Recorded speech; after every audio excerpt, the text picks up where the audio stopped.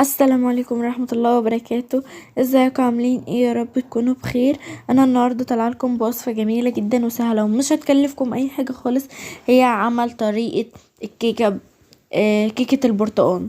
طبعا ده زيت، ده ربع كوبايه زيت وبيضتين وكيس فانيليا وكوبايه الا ربع سكر.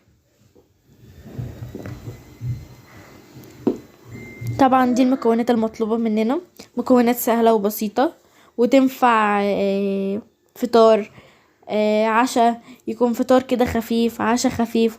طبعا هتجيبي اي بولة عندك وتبدأي تحطي فيها البيضتين وكيس الفانيليا الاول، بعد كده تحطي عليهم الزيت وكوباية الا ربع سكر، وتبدأي تقلبيهم بالمضرب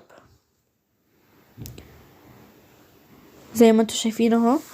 لازم بقى تقعدي تقلبي فيها كويس لحد ما السكر يدوب فيها والمكونات تدوب فيها.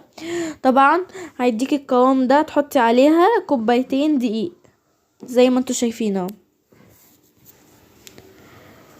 طبعا قبليها هتكوني مشغله الفرن، وده كيس بيكنج باودر، وتجيبي الصينيه اللي انت هتحطي فيها الكيكه وتدهنيها سمنه. طبعا اللي انا حطيته دلوقتي مع الدقيق كيس بيكنج باودر. طبعا ده 3 معالق سمنه، وتفضلي بقى تقلبي فيها كويس زي ما انتوا شايفين كده. هبدأ اقلب الدقيق كويس. طبعا بعد كده، بعد ما قلبت الدقيق مع المكونات، هتحطي عليها عصير برتقال.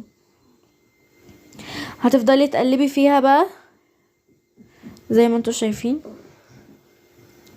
هوريكم دلوقتي القوام المطلوب مننا. زي ما انتوا شايفين ده القوام المطلوب مننا.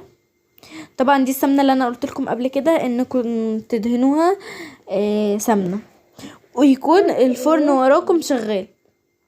طبعا هتخبطي فيها كده وتحطيها في الصينيه. ودي كيكه البرتقال. ما تنسوش تعملوا لايك واشتراك وتفعيل الجرس وكومنت حلو. والسلام عليكم ورحمه الله وبركاته.